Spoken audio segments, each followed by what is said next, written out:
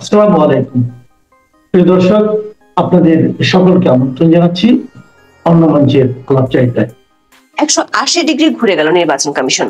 সংস্কার কমিশনের একটি প্রস্তাব ছিল, কোনো ফৌজদারি আদালতে কাউকে ফেরারি আসামি ঘোষণা করলে তিনি নির্বাচনে প্রার্থী হতে পারবেন না।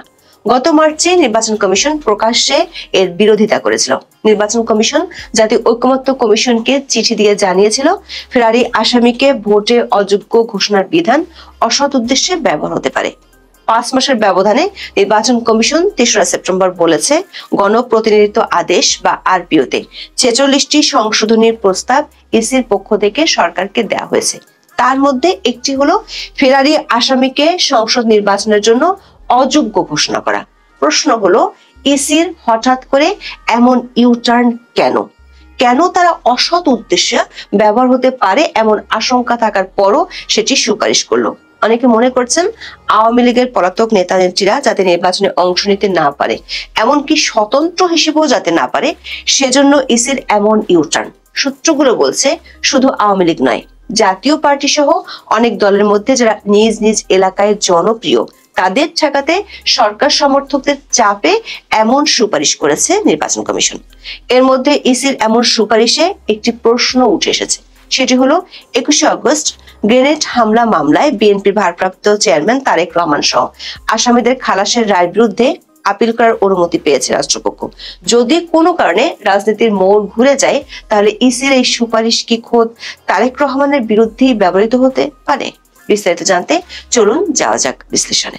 নির্বাচন কমিশন সংস্কারে গত বছরের 3রা অক্টোবর 8 সদস্যের কমিশন গঠন করে অন্তর্বর্তী সরকার। এতে প্রধান করা হয় সুশাসনের জন্য নাগরিক সুজনের সম্পাদক বদিউল আলম মজুমদারকে। কয়েক দফা সময় বাড়িয়ে গত 15ই জানুয়ারি এই কমিশন প্রধান উপদেষ্টা মোহাম্মদ ইউনূসের হাতে প্রতিবেদন তুলে দেয়, যেখানে সুপারিশ আছে 150-র মতো। এর মধ্যে কিছু সুপারিশ নিয়ে শুরু থেকে আপত্তি জানিয়ে আসছিল সিএসি সহ কমিশনের শীর্ষস্থানীয় কর্মকর্তারা। তার মধ্যে সংস্কার কমিশনের প্রতিবেদনের একটি সুপারিশ হলো 8-এর 1 অনুচ্ছেদের খ নম্বর সুপারিশটি, যেখানে বলা হয়েছে, কোনো ফৌজদারি আদালত কাউকে ফেরারি আসামি ঘোষণা করলে তিনি আর নির্বাচনে প্রার্থী হতে পারবেন না। গত 18 মার্চ বিডি নিউজ 24 এর একটি খবর প্রকাশিত হয়, যার শিরোনাম ছিল, ফেরারি আসামিকে প্রার্থী হতে বাধা নয় ঐকমত্য কমিশনকে ইসি। ওই রিপোর্টটিতে বলা হয়েছে, সংস্কার কমিশনের কিছু সুপারিশের সঙ্গে দ্বিমত প্রকাশ করে ঐকমত্য কমিশনের পাঠানো চিঠিতে ইসি বলেছে, ফেরারি আসামিকে প্রার্থী হতে বিরত রাখার বিধান করা হলে তা অসৎ উদ্দেশ্যে ব্যবহার করা হতে পারে। তখন সিএসি নাসিরউদ্দিন বলেছিলেন, এটার পেছনে অন্য কোনো উদ্দেশ্য বা স্বার্থ হাসিলের চেষ্টা করা হতে পারে। অথচ 3রা সেপ্টেম্বর নির্বাচন কমিশনার ব্রিগেডিয়ার জেনারেল অবসরপ্রাপ্ত আবুল ফজল মোহাম্মদ সানাউল্লাহ সাংবাদিকদের বলেছেন, ফেরারি আসামি নির্বাচনে অংশ নিতে পারবে না। তার মতে, আদালত ঘোষিত ফেরারি আসামিরা নির্বাচনে অংশ নিতে পারবেন না। ত্রয়োদশ জাতীয় সংসদ নির্বাচন সামনে রেখে গণপ্রতিনিধিত্ব আদেশ বা আরপিও 1972-এর সংশোধনী চূড়ান্ত করেছে নির্বাচন কমিশন। এটি এখন আইন মন্ত্রণালয়ে পাঠানো হয়েছে। শুধু এটি নয়, সংস্কার কমিশনের আরো একটি সুপারিশের বিরোধিতা করেছিল, সেটি থেকেও ইসি এখন সরে এসেছে। সংস্কার কমিশনের প্রতিবেদনের 8-এর 2 অনুচ্ছেদের ক নম্বর সুপারিশে বলা হয়েছে, বাংলাদেশের অভ্যন্তরে আইনি হেফাজতে থাকা ছাড়া সকল প্রার্থীর সশরীরে মনোনয়নপত্র জমা দেওয়ার বাধ্যবাধকতা তৈরি করা। নির্বাচন কমিশন ঐকমত্য কমিশনের কাছে যে চিঠি দিয়েছিল, সেখানে এই সুপারিশেরও বিরোধিতা করা হয়েছিল। কমিশন লিখেছিল, মনোনয়নপত্র জমা সশরীরে ও অনলাইনে দুটোই রাখতে হবে। শুধু সশরীরে হলে 2014 সালের পুনরাবৃত্তি ঘটবে। আগামী সংসদ নির্বাচনে অনলাইনে মনোনয়নপত্র দাখিল করার সুযোগ আছে কিনা জানতে চাইলে ইসি সানাউল্লাহ বলেন, শুধু স্থানীয় সরকার নির্বাচনে অনলাইনে মনোনয়ন জমা দেওয়ার ব্যবস্থা ছিল, জাতীয় নির্বাচনে ছিল না। এটা আমরা নতুন করে যোগ করব বলেছিলাম, কিন্তু এখন আমরা এটা যোগ করছি না। প্রশ্ন হলো, ইসির একাধিক সভায় ঐকমত্যের ভিত্তিতে সংস্কার কমিশনের এসব সুপারিশ বাস্তবায়নযোগ্য নয় বলে প্রস্তাব পাশ হয়েছিল। সে অনুযায়ী ঐকমত্য কমিশনের সহসভাপতি অধ্যাপক আলী রিয়াজের কাছে চিঠিও দিয়েছিল। কিন্তু এখন কেন আবার সে সুপারিশগুলো সংযুক্ত করে আইন সংশোধনের প্রস্তাব মন্ত্রণালয়ে পাঠানো হয়েছে? সূত্রগুলো বলছে যদিও আদৌ নির্বাচন হবে কিনা সেটি নিয়ে যথেষ্ট সন্দেহ আছে।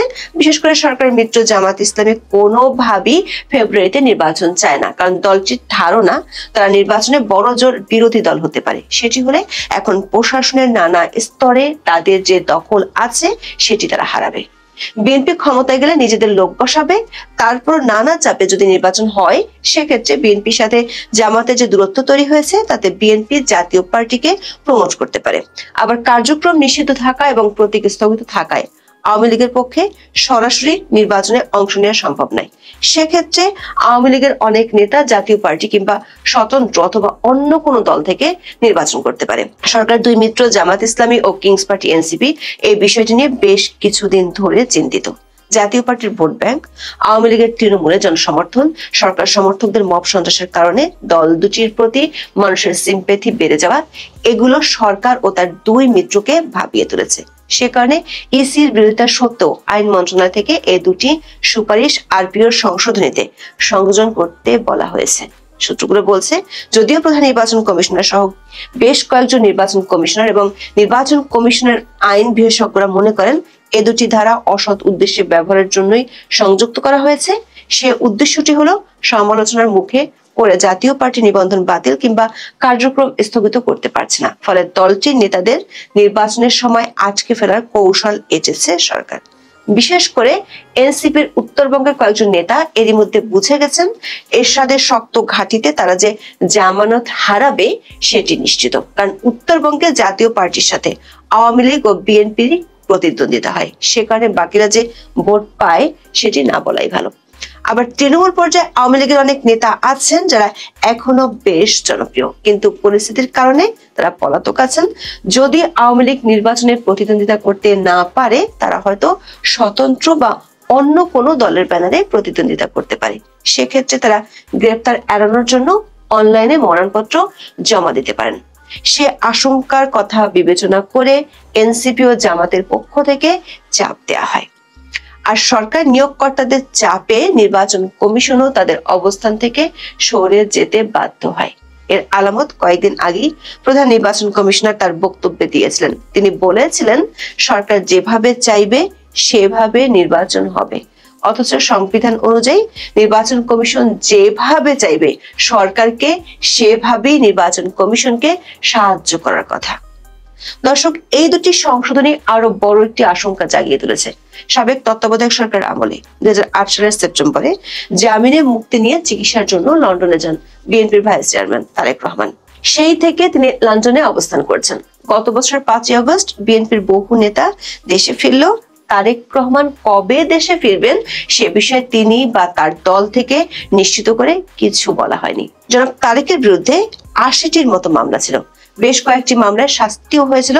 গত এক বছরে এই সব মামলা কিংবা শাস্তি বাতিল হয়েছে। তবে 2004 সালের 21শে আগস্ট রাজধানীর বঙ্গবন্ধু অ্যাভিনিউয়ে আওয়ামী লীগের সভাপতি শেখ হাসিনার সমাবেশে গ্রেনেড হামলা মামলায় দোষী সাব্যস্ত হয়েছিলেন তারেক রহমান। বিচারিক আদালতের দেওয়া সাজার রায় বাতিল করে গত বছরের 1 ডিসেম্বর রায় দেন হাইকোর্ট। এরপর সরকার পক্ষ থেকে এই রায় বাতিল চেয়ে লিভ টু আপিল করা হয়। গত 1 জুন আসামিদের খালাসের রায়ের বিরুদ্ধে আপিল করার অনুমতি পায় রাষ্ট্রপক্ষ। অনেকে মনে করেন এটি সুরাহা না হওয়া পর্যন্ত কিঞ্চিত হলেও তারেক রহমানের এই মামলায় আইনি সংশ্লিষ্টতা রয়ে গেছে। যদি নির্বাচন কমিশনের সশরীরে মনোনয়নপত্র জমা দেওয়ার বাধ্যবাধকতা আইনে শেষ পর্যন্ত থাকে, তাহলে তখন নির্বাচন করার জন্য তারেক রহমানকে দেশে ফিরতেই হবে। আর তখন যদি রাজনীতির গতিপথ বদলে যায়, পুরো চিত্রই পাল্টে যেতে পারে। এখন এ পর্যন্ত, সবাই ভালো থাকুন, সুস্থ থাকুন, নিরাপদে থাকুন। দেখা হবে আগামী পর্বে।